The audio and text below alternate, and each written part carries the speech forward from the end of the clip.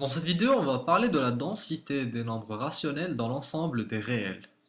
Alors la manière peut-être la plus courante d'enseigner la densité des rationnels dans les réels, c'est de dire que tout réel peut être la limite d'une suite de rationnels. Dans cette vidéo, on va présenter une propriété peut-être plus intuitive et qui dit que entre deux réels quelconques, il existe un rationnel.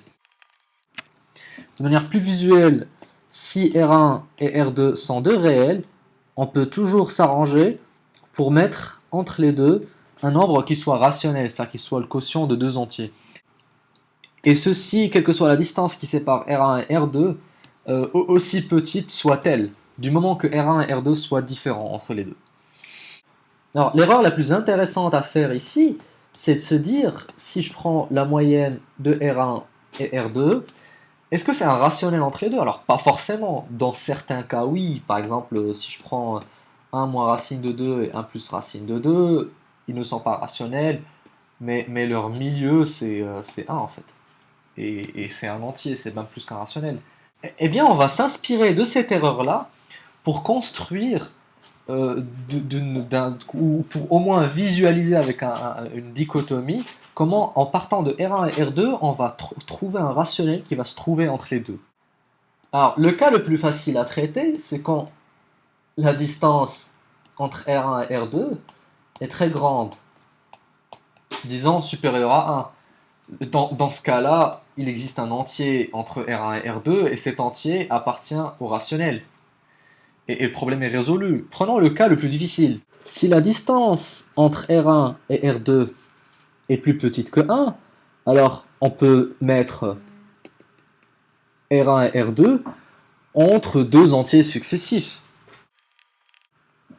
Eh bien, en s'inspirant de cette erreur initiale, et en partant de n et de n plus 1, on va construire un rationnel qui va se trouver entre R1 et R2. Si on revient à cette idée du milieu, et on prend non pas le milieu de R1 et R2, mais le milieu de n et n plus 1, c'est-à-dire n plus 1 sur 2, ceci est un quotient d'entier, donc c'est un rationnel. Mais on voit qu'on n'est toujours pas entre R1 et R2. Eh bien, on va faire ce qu'on appelle une dichotomie. Là, je vais faire un zoom sur cette zone, et je reprends donc n ici, n plus 1 sur 2 là, et R1, R2 qui se trouve plus ou moins par là. Eh bien, je crois que vous l'avez deviné, je vais continuer le processus. Je vais prendre le milieu ici, donc n plus 1 sur 2, le tout sur 2. Ceci est un rationnel aussi, et je vais continuer. Donc, je prends cette zone, je prends le milieu, on n'est pas encore entre les deux, eh bien, le milieu de cette partie-là, on est plus ou moins là, et enfin, le dernier milieu qui va, lui, être par là, et qui sera un quotient de rationnel, et donc un rationnel.